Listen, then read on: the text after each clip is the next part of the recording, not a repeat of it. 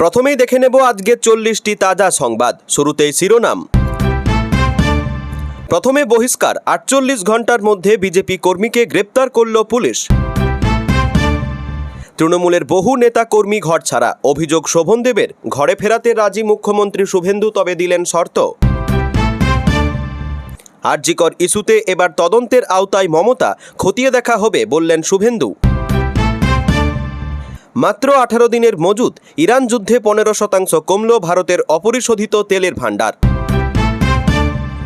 এবার অসমের ধাঁচে বাংলাতেও ডিলিমিটেশন, বিধানসভায় মুখ্যমন্ত্রীর মন্তব্যে বিরাট ইঙ্গিত।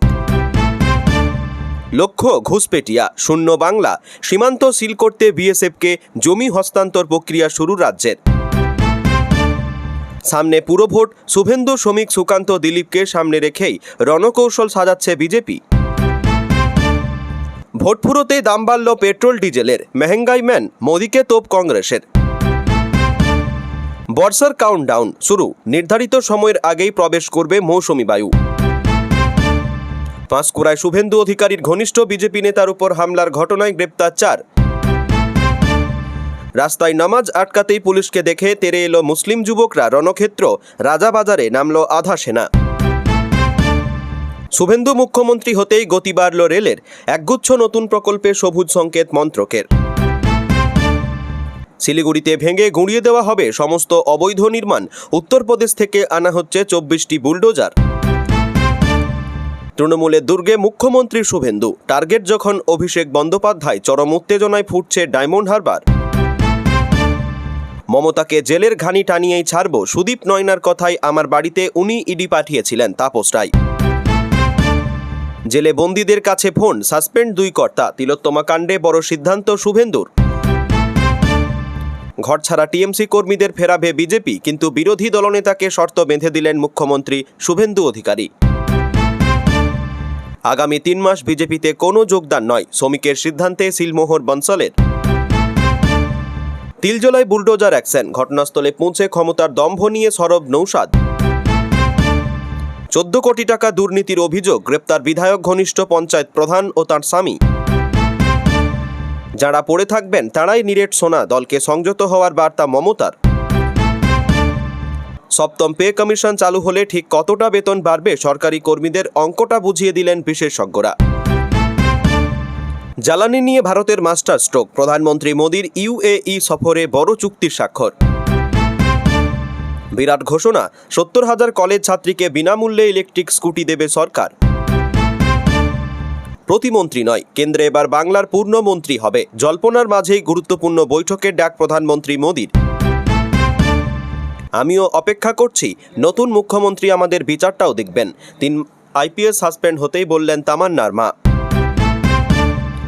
ব্যাঙের ছাতার মতো বেআইনি নির্মাণ বাড়ছে, তিলজলায় বুলডোজার মামলায় বড় পর্যবেক্ষণ হাইকোর্টের। মহিলাদের জন্য চালু হচ্ছে হেল্পলাইন নম্বর, ঘোষণা অগ্নিমিত্রার, খোঁচা মমতাকেও। আজ রাতে কলকাতায় আসছেন কেন্দ্রীয় স্বরাষ্ট্রমন্ত্রী, এবার সফরের উদ্দেশ্য কি? আমি নিজে পার্টি অফিস রং করব, ভোটের ফল আসতেই রুদ্রমূর্তি মমতার, 7 দিনের চরম হুঁশিয়ারি। পকেটে টান পড়তে চলেছে দিল্লিবাসীর, জ্বালানির আগুনে ছ্যাঁকা, এবার কি চড়চড়িয়ে বাড়ছে অটো ট্যাক্সির ভাড়া। স্টিম রোলার চালানোর হুমকি দিতেই খেল খতম, শুভেন্দুর ঝোড়ো ব্যাটিংয়ে শ্রীঘরে দাপুটে তৃণমূল নেতা হাফিজুল। সাধারণ মানুষের অভাব অভিযোগের দিন শেষ, 1 জুন থেকে সরাসরি শুভেন্দু অধিকারীর মুখোমুখি হওয়ার সমক্ষম সুযোগ। টাকা দিয়ে মুখ বন্ধের চেষ্টা লালবাজারের, আরজিকর কাণ্ডে 3 আইপিএস কর্তাকে নজিরবিহীন কোপ মুখ্যমন্ত্রীর। সাইকেলে মন্ত্রী, পায়ে হেঁটে মুখ্যমন্ত্রী, মোদির এক ডাকে কি বদলে যাচ্ছে দেশের ভিআইপি কালচার। যারা যাওয়ার চলে যান, বিপর্যয়ের পর কালীঘাটে চরম অগ্নিশর্মা মমতা, দল ছাড়ার ফতোয়া। শুভেন্দুর একচালেই কুপোকাত বিরোধীরা, বিধানসভায় পা রেখেই কোন মহাধামাকা করলেন নতুন মুখ্যমন্ত্রী। প্রতি মাসে মিলবে 3,000 টাকা, বঙ্গে ঝড়তোলা যুবশক্তি ভরসা কার্ড আসলে কি? টিএমসি জিতলে 150টি লাশ পড়ত, অভিষেকের নাম না করে একই ভয়ঙ্কর দাবি তাপস রায়ের। দলের ভরাডুবির পর অগ্নি পরীক্ষার ডাক অভিষেকের, বিজেপিকে লুঠের সরকার বলে তোপ। চিটফান্ডের আমানতকারীদের টাকা ফেরাতে কমিটি, কাজ চালু রাখা নিশ্চিত করতে রাজ্যকে নির্দেশ হাইকোর্টের। টানা 10.5 ঘন্টা জেরা, অসহযোগিতার অভিযোগে ইডির হাতে গ্রেপ্তার ডিসিপি শান্তনু সিনহা বিশ্বাস।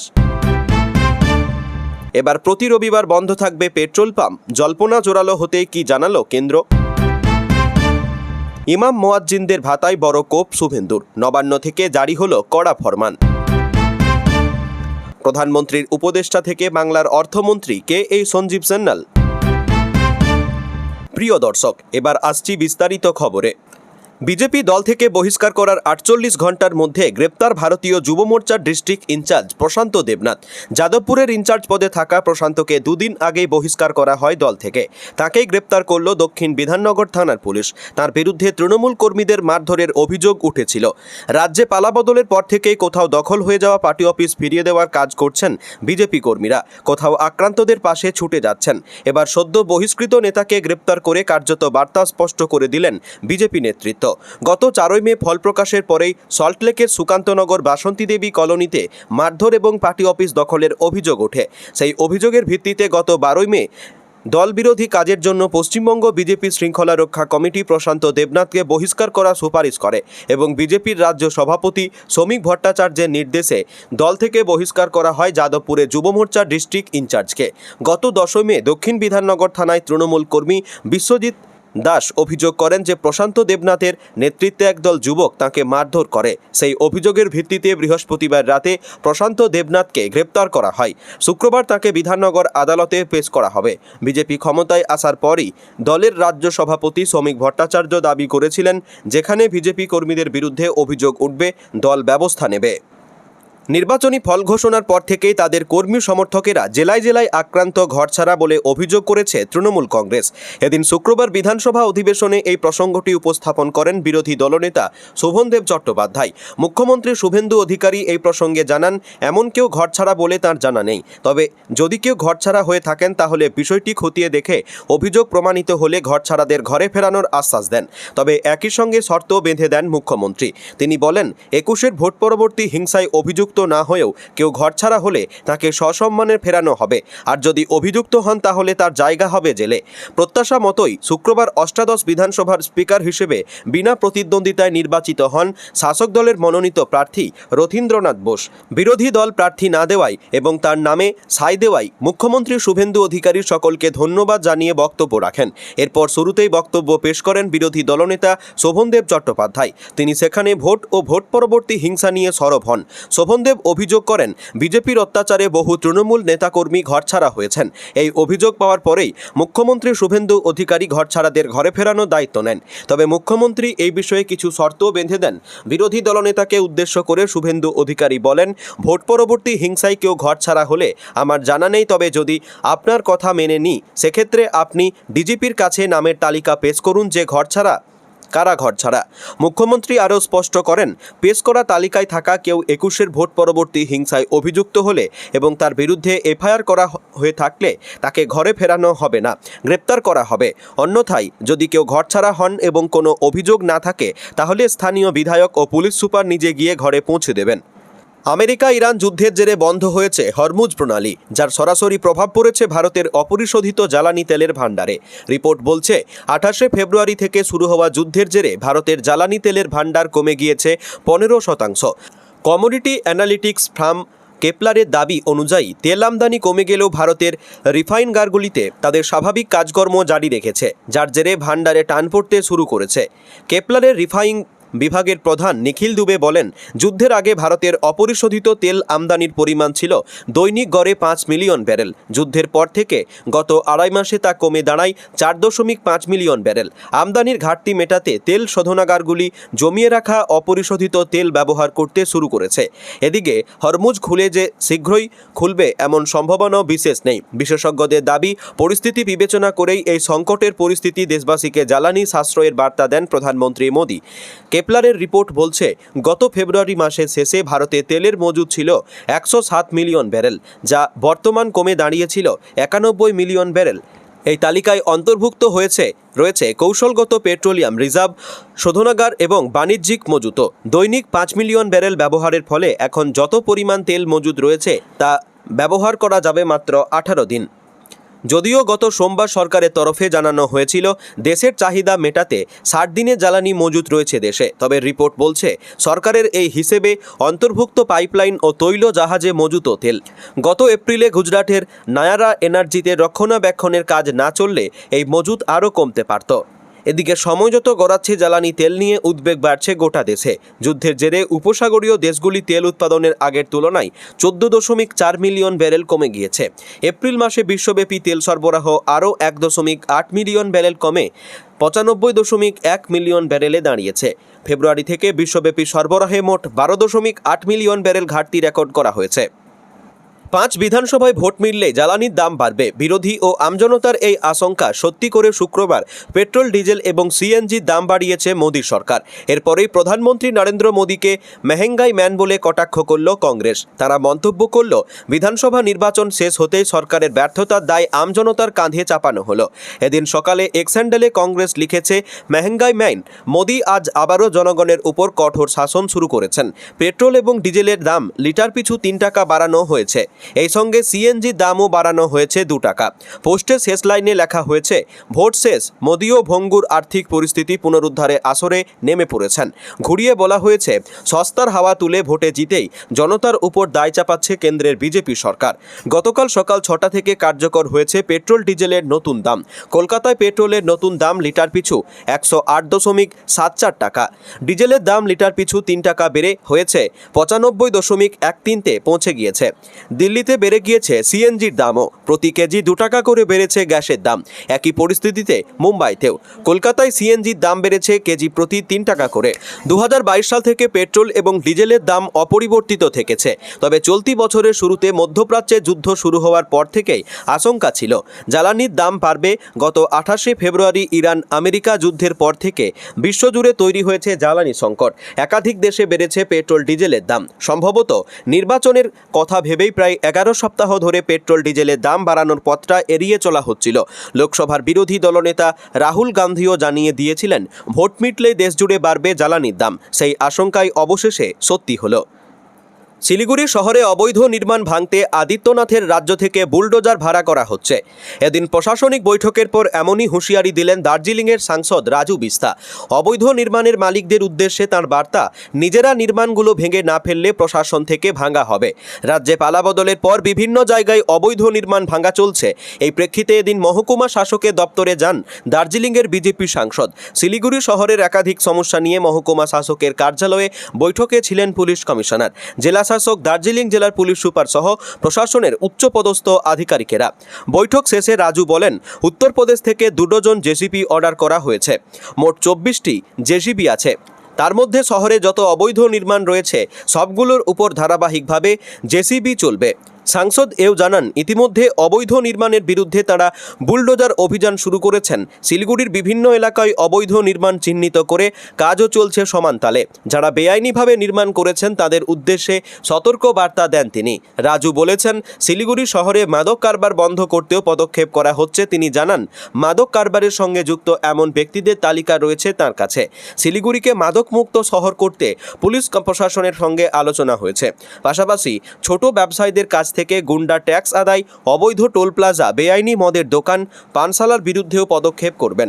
বিজেপির সাংসদের কথায়, এটাই পরিবর্তনের সরকার। এই সরকারের আমলে কোনো রকম অবৈধ কার্যকলাপ বরদাস্ত করা হবে না। বঙ্গ রাজনীতির স্নায়ুযুদ্ধ এবার সরাসরি তৃণমূলের সেকেন্ড ইন কমান্ড অভিষেক বন্দ্যোপাধ্যায়ের খাস তালুকে। আজ ডায়মন্ড হারবারে নিজের প্রথম প্রশাসনিক সভা করতে চলেছেন মুখ্যমন্ত্রী শুভেন্দু অধিকারী। একদিকে আসন্ন উপনির্বাচন, অন্যদিকে রাজনৈতিক আধিপত্যের লড়াই। সব মিলিয়ে দক্ষিণ 24 পরগনার এই হাই ভোল্টেজ কেন্দ্রকে ঘিরে এখন টানটান উত্তেজনা। রাজনৈতিক মহলের মতে, মমতা বন্দ্যোপাধ্যায়ের চেয়েও অভিষেক বন্দ্যোপাধ্যায়ের সঙ্গে শুভেন্দু অধিকারীর সংঘাত বেশি তীব্র। সেই প্রেক্ষাপটে দাঁড়িয়ে ডায়মন্ড হারবারের মাটিতে দাঁড়িয়ে শুভেন্দু শুভেন্দু কি বার্তা দেন সেদিকেই নজর রাজনৈতিক বিশ্লেষকদের। ফলতার লড়াই ও শুভেন্দুর রণকৌশল সামনেই 21শে মে ফলতা বিধানসভা কেন্দ্রের ভোট গ্রহণ, যার ফল প্রকাশ হবে 24শে মে। এর আগে নির্বাচন কমিশন সেখানে ভোট বাতিল করলেও এবার লড়াই হবে সেয়ানে সেয়ানে। নবান্ন সূত্রে খবর, বৃহস্পতিবার রাতেই মুখ্যমন্ত্রীর এই সফরে চূড়ান্ত নির্ঘণ্ট ঠিক হয়েছে। প্রশাসনিক সভার পাশাপাশি সেখানে বিজেপির একটি কর্মী সম্মেলনেও যোগ দিতে পারেন শুভেন্দু অধিকারী। ভোটের ঠিক আগে এই সফর যে নিছক প্রশাসনিক নয়, বরং রাজনৈতিকভাবে যথেষ্ট তাৎপর্যপূর্ণতা বলাই বাহুল্য। তৃণমূলের অন্দরে ফাটল এবং বিজেপির সুযোগ। বর্তমান রাজ্য বিজেপি সরকার ক্ষমতায় আসার পর থেকে তৃণমূল কংগ্রেসের অন্দরে গোষ্ঠীদ্বন্দ্ব প্রকট হয়েছে। দলের পরাজয়ের দায়ভার নিয়ে খোদ মমতা ও অভিষেকের দিকেও আঙুল উঠেছে একাংশ নেতার। স্থানীয় সূত্রের খবর, ফলতায় তৃণমূল প্রার্থী জাহাঙ্গীর খানকে নিয়ে দলের ভেতরে চরম ক্ষোভ তৈরি হয়েছে। এই অস্থিরতার সুযোগ নিয়ে বিজেপি প্রার্থী দেবাংশু পণ্ডার দিকে জনসমর্থন ঝুঁকছে বলে দাবি করেছে গেরুয়া শিবির। দুর্গ রক্ষায় মরিয়া ঘাসফুল শিবির গত 3টি লোকসভা নির্বাচনে ডায়মন্ড হারবার কেন্দ্র থেকে টানা জয়ী হয়ে আসছেন অভিষেক বন্দ্যোপাধ্যায়। নিজের সংসদীয় এলাকা জুড়ে সারা বছর নানা উন্নয়নমূলক কর্মসূচি এবং ডায়মন্ড হারবার মডেল নিয়ে তিনি যথেষ্ট আত্মবিশ্বাসী। তবে এবার পরিস্থিতির আমূল পরিবর্তন ঘটেছে। প্রশাসনিক ক্ষমতা হাতে নিয়ে শুভেন্দু অধিকারীর এই সরাসরি চ্যালেঞ্জ অভিষেকের গড়ে ফাটল ধরাতে পারে কিনা তা নিয়ে প্রশ্ন উঠতে শুরু করেছে। আজকের এই সভা থেকে মুখ্যমন্ত্রী শুভেন্দু অধিকারী কোন কোন বিষয়ে আক্রমণ শানান এবং ফলতার ভোটের আগে ভোটারদের মনে কি প্রভাব ফেলেন, সেটাই এখন দেখার বিষয়। রাজনীতিতে তাপস রায় মানেই পোড় খাওয়া নাম। 53 বছরের দীর্ঘ রাজনৈতিক পথ চলায় বহু ঝোড়ো ইনিংস খেলেছেন, কিন্তু 2024-এর সেই অভিশপ্ত ভোরের স্মৃতি আজও তার কাছে দগদগে। বিবি গাঙ্গুলি স্ট্রিটের বাড়িতে কেন্দ্রীয় সংস্থার সে ম্যারাথন তল্লাশি কার্যত তাঁর তৃণমূল ত্যাগের অনুঘটক হিসেবে কাজ করেছিল। এখন তিনি মানিকতলার বিজেপি বিধায়ক। শ্রেয়া পাণ্ডেকে হারিয়ে জয়ী হলেও তার নিশানায় আজও সেই সুদীপ বন্দ্যোপাধ্যায় ও তার স্ত্রী নয়না। এদিন বিধানসভায় একান্ত আলাপচারিতায় রীতিমতো হুঙ্কার দিয়ে তাপস জানালেন, ইডি হানার নেপথ্যে বিজেপি নয়, কলকাঠি নেড়েছিলেন সুদীপ নয়না দম্পতি। আর ওদের কথা শুনে বাড়িতে ইডি পাঠানোর নেপথ্য কারিগর প্রাক্তন মুখ্যমন্ত্রী মমতা বন্দ্যোপাধ্যায়। অভিযোগ করে ক্ষুব্ধ তাপস রায় বলেন, আমি সেদিনও বলেছি, আজকেও বলছি, যে আমার বাড়িতে ইডি পাঠিয়েছিল তাকে আমি জেলের ঘানি টানিয়েই ছাড়ব। নিজের দীর্ঘ রাজনৈতিক জীবনকে ঢাল করে তাপস রায় চ্যালেঞ্জ করে বললেন, আমার 53 বছরের রাজনৈতিক জীবন, এর মধ্যে 13.5 বছর তৃণমূল সরকারের বিধায়ক ছিলাম। একটাও দুর্নীতির অভিযোগ থাকলে দেখান। তৃণমূলের অন্দরে একসময় সুদীপ বন্দ্যোপাধ্যায়ের সঙ্গে তার সংঘাত সুবিদিত ছিল। সেই রেস টেনেই তাপসবাবু বলে চলেন, সুদীপের রাজনৈতিক কেরিয়ার আমি শেষ করব। এরপরেই ইডি হানার প্রসঙ্গ টেনে মমতা বন্দ্যোপাধ্যায় প্রসঙ্গে তার বিস্ফোরক মন্তব্য, ওর কাছে নাকি পেনড্রাইভ আছে, নথি আছে, সেই সব জনসমক্ষে আনুক, নয়তো ওকে আর ওর ভাইপোকে জেলের ঘানি টানিয়ে ছাড়ব। প্রয়োজনে এ নিয়ে দলের সঙ্গেও আমি লড়াই করব। একসময় মমতা বন্দ্যোপাধ্যায়ের অত্যন্ত স্নেহভাজন ছিলেন তাপস রায়, কিন্তু ক্ষমতা এবং চেয়ার কিভাবে মানুষের সম্বোধন বদলে দেয়, এদিন তার এক বিষণ্ণ খতিয়ান তুলে ধরলেন তিনি। বিধানসভার প্রোটেম স্পিকার বলেন, মমতা বন্দ্যোপাধ্যায় সরকারে আসার আগে আমাকে তাপসদা বলতেন, মুখ্যমন্ত্রী হওয়ার পর তিনি নাম ধরে ডাকতেন। ঠিক আছে, তিনি হাউজের নেত্রী, ডাকতেই পারেন, কিন্তু সুদীপ নয়নার কথায় আমার বাড়িতে ইডি পাঠিয়ে যে ঘটনা ঘটালো, তাতে আমার স্ত্রী আজও ট্রমাটাইজেড। তৃণমূল জমানার স্মৃতিচারণা করতে গিয়ে এখনকার নতুন সরকারের প্রতি মুগ্ধতাও ধরা পড়েছে তার গলায়। মুখ্যমন্ত্রী শুভেন্দু অধিকারী থেকে শুরু করে সজল ঘোষ, অনেকেই রাজনীতিতে তাপস রায়ের উত্তরসূরি। শুভেন্দুকে মুখ্যমন্ত্রী চেয়ারে থেকে দেখে সগর্বে তিনি বলেন, শুভেন্দু, সজলরা রাজনীতিতে আমার ছাত্র। শুভেন্দু তো 5.5 বছর সরাসরি আমার আন্ডারেই ছিল। আজ শুভেন্দু মুখ্যমন্ত্রী চেয়ারে বসেছে, বয়সে ছোট হলেও আমার বুক গর্বে ভরে যাচ্ছে। স্মৃতির পাতা উল্টে ফিরে তাকালে দেখা যায় 2024 সালের সেই দিনটিতে পুর নিয়োগ দুর্নীতি মামলায় ভোরবেলা তাপসের বাড়িতে হানা দিয়েছিল ইডি। প্রায় 12 ঘন্টা তল্লাশি চালিয়ে সন্ধ্যা 6:20 নাগাদ যখন আধিকারিকেরা বেরোচ্ছেন, তাদের হাতে ছিল তাপসের মোবাইল ফোন এবং কিছু নথিপত্র। সেদিন থেকে তৃণমূলের সঙ্গে বিচ্ছেদের সুর বেজে উঠেছিল। আজ মানিকতলা জয়ী বিধায়ক হিসেবে তার দাবি একটাই, সেদিন বিজেপি নয়, নিজের দলের ঘরে শত্রুদের চক্রান্তের শিকার হয়েছিলেন তিনি। আর সেই ফলের মাসুল মমতাকে দিতে হবে বলেই ফের একবার কড়া হুঁশিয়ারি দিলেন মানিকতলার বিজেপি বিধায়ক তাপস রায়। পশ্চিমবঙ্গে এখন ক্ষমতায় এসেছে বিজেপি, আর তারপরই প্রধান বিরোধী দল তৃণমূল কংগ্রেস মুষল পর্ব শুরু হয়ে গিয়েছে। দলের মুখপাত্র থেকে শুরু করে প্রার্থী বিধায়ক এবং সাংসদরা বিদ্রোহ দেখাতে শুরু করেছেন। আবার অনেকেই তলে তলে বিজেপি নেতাদের সঙ্গে যোগাযোগ করে দলবদল করতে চাইছেন বলে সূত্রের খবর। আর এই আবহে বিজেপির মধ্যে যাতে বেনজল না ঢোকে তার জন্য যোগদান কর্মসূচি আটকানোর সিদ্ধান্ত নেওয়া হয়েছে। আজ শুক্রবার বিজেপির সাংগঠনিক বৈঠকে এমন করার সিদ্ধান্তই নেওয়া হয়েছে। সুতরাং তৃণমূল কংগ্রেস থেকে যারা বিজেপিতে যাবেন পরিকল্পনা করেছিলেন তাতে জল ঢেলে দেওয়া হলো। এদিকে নয়াদিল্লি থেকে কলকাতায় ফিরেছেন বিজেপির শীর্ষ নেতা সুনীল বানসাল। আজ শুক্রবার সল্টলেকের একটি হোটেলে রাজ্য বিজেপির সাংগঠনিক বৈঠক বসে। সেই বৈঠকে বিজেপির রাজ্য সভাপতি শ্রমিক ভট্টাচার্যের সিদ্ধান্তে সিলমোহর দিলেন সুনীল বানসাল।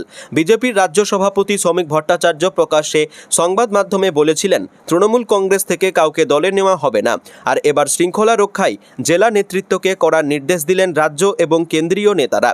রাজ্য বিজেপি নেতৃত্বের পক্ষ থেকে আজ স্পষ্ট জানিয়ে দেওয়া হয়েছে, আগামী 3 মাসে কোনো যোগদান নয় বঙ্গ বিজেপিতে। অন্যদিকে বিজেপি ক্ষমতায় আসার পর থেকে বিরোধীদের উপর আক্রমণ নামিয়ে আনা হয়েছে বলে অভিযোগ। বহু তৃণমূল কংগ্রেস নেতাকর্মীর উপর আক্রমণ করা হচ্ছে, তার উপর ভোট পরবর্তী হিংসায় একের পর এক পার্টি অফিস ভাঙা হয়েছে বলে অভিযোগ তৃণমূলের। জানিয়ে কলকাতা হাইকোর্টে মামলা শুনানিতে সওয়াল করেন মমতা বন্দ্যোপাধ্যায়। এই নিয়ে আজ সুনীল বানসাল ঘোষণা করেন, অশান্তি যারা করছে তাদের বিরুদ্ধে জিরো টলারেন্স নীতি নেওয়া হবে। নালিশ এলেই অভিযোগ খতিয়ে দেখে বরখাস্তের হুঁশিয়ারি দিয়েছেন বিজেপির রাজ্য নেতৃত্ব। এছাড়া টোটো অটো ইউনিয়নবাজি তোলাবাজিতে নিষেধাজ্ঞা জারি করেছে কেন্দ্রীয় নেতৃত্ব। জেলা নেতাদের ডেকে বৈঠকে কড়া বার্তা দিলেন সুনীল বানসাল এবং শ্রমিক ভট্টাচার্য। সকল নেতাকর্মীদের জানানো হয়েছে, প্রত্যেকটি জেলায় শৃঙ্খলা রক্ষায় তৈরি হবে বিশেষ কমিটি। বাংলায় ক্ষমতা দখলের পরে জেলা সভাপতি এবং জেলা নেতৃত্বের সঙ্গে এই সাংগঠনিক বৈঠক করবেন বঙ্গ বিজেপি নেতৃত্ব। উত্তরবঙ্গ থেকে দক্ষিণবঙ্গ রাজ্য বিজেপির 43টি সাংগঠনিক জেলা সভাপতি ও রাজ্য পদাধিকারীদের নিয়ে বৈঠকে এমন বার্তাই দেওয়া হয়েছে। বিধায়কদের সঙ্গে রাজ্য নেতৃত্বের মধ্যে কাজের সমন্বয় করা হয়েছে বলে সূত্রের খবর। তিলজলায় বেআইনি নির্মাণকে ভাঙাকে কেন্দ্র করে রণক্ষেত্রের পরিস্থিতি তৈরি হয়েছিল বুধবারই। শুভেন্দু অধিকারীর নির্দেশে তিলজলা থানার সামনে চলা সেই বুলডোজার অ্যাকশন নিয়ে এবার সরব হলেন আইএসএফ বিধায়ক নৌশাদ সিদ্দিকী। এদিন তিনি পৌঁছে যান ঘটনাস্থলে, কথা বলেন স্থানীয়বাসীর সঙ্গে। আর সেখান থেকে প্রশাসনের বিরুদ্ধে বেআইনি পদ্ধতিতে কাজ করার অভিযোগ তুললেন তিনি। এদিন তিনজলায় পৌঁছে নৌশাদ সিদ্দিকী স্পষ্ট জানান, কোনো নির্মাণ বেআইনি হলে তা অবশ্যই আইনত ব্যবস্থা সাপেক্ষ, কিন্তু যেভাবে আচমকা বুলডোজার চালিয়ে ঘরবাড়ি গুঁড়িয়ে দেওয়া হচ্ছে তা অমানবিক। নৌশাদ বলা হচ্ছে বাড়িটি বেআইনি, কিন্তু সেটা ভাঙা হচ্ছেও সম্পূর্ণ বেআইনি পদ্ধতিতে। যারা ওখানে থাকছেন তাদের তো অন্তত একটা নির্দিষ্ট সময় দিতে হবে। তাদের কাছে কাগজ আছে বলে তারা চ্যালেঞ্জ করছেন। সেই কথা না শুনে ক্ষমতা দম্ভ দেখানো হচ্ছে। ভাঙড়ের বিধায়কের নিশানায় ছিল রাজ্য প্রশাসন ও পুলিশ। তার দাবি, একতরফাভাবে এই ধরনের অন্যায় কোনোভাবে মেনে নেওয়া যায় না। নৌশাদ বলেন, মানুষের ঘর ভাঙার আগে তাদের কথা শোনা উচিত ছিল। এভাবে দম্ভ দেখিয়ে মানুষের উপর বুলডোজার চালানো হচ্ছে। এই অন্যায়ের বিরুদ্ধে লড়াই চলবে। মুখ্যমন্ত্রী স্পষ্ট জানিয়ে দিয়েছিলেন যে কোনো ধরনের অবৈধ নির্মাণ বা কারখানা বরদাস্ত করা যাবে না। এরপরই বিকেলের দিকে কলকাতা পুলিশের একটি বড় দল পৌঁছয় তিলজলা এলাকায়। সেখানে আগে থেকেই চিহ্নিত করে রাখা অবৈধ নির্মাণ ভাঙার কাজ শুরু হয়। এলাকায় যাতে কোনো অপ্রীতিকর পরিস্থিতি তৈরি না হয় তার জন্য মোতায়েন করা হয়েছে বিশাল পুলিশ বাহিনী। সাংবাদিক বৈঠকে শুভেন্দু অধিকারী জানান, এই ধরনের বেআইনি কার্যকলাপে জড়িত সমস্ত অবৈধ কারখানার বিরুদ্ধে ভাঙার ব্যবস্থা নেওয়া হবে। এরপরেই বুলডোজার নিয়ে ঘটনাস্থলে পৌঁছায় পুরসভা স্থানীয় পুলিশের আধিকারিকরা। এদিন নৌশাদ সিদ্দিকীর তিলজলা সফর সেই বিতর্কিত ইস্যুতে নতুন করে রাজনৈতিক মাত্রা যোগ করল। একদিকে যখন বিজেপি নেতা শুরু করেছে, তখন অন্যদিকে আইএসএফ বিধায়কের